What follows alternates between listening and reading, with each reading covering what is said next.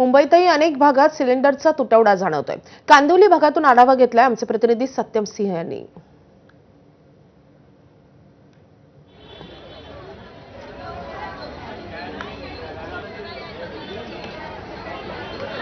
तर राज्याच्या विविध भागांप्रमाणे ग्रामीण भागाप्रमाणे शहरी भागात देखील सिलेंडरचा तुटवडा जाणवू लागलेला आहे। पुरवठ्यावर त्याचा परिणाम झालेला आहे आणि त्यामुळे भयभीत होत नागरिकांनी अशा रीतीने सिलेंडरसाठी रांगा लावलेल्या आहेत। आपण मुंबईच्या कांदिवलीमधले हे चित्र पाहतोय।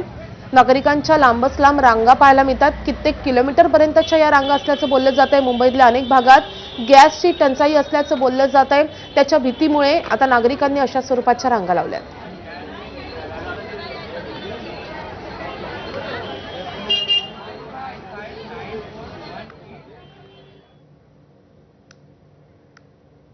तर व्यावसायिक गॅसच्या तुटवड्यामुळे सोलापुरातील प्रसिद्ध हॉटेल्सने आपले मेनूही बदललेत।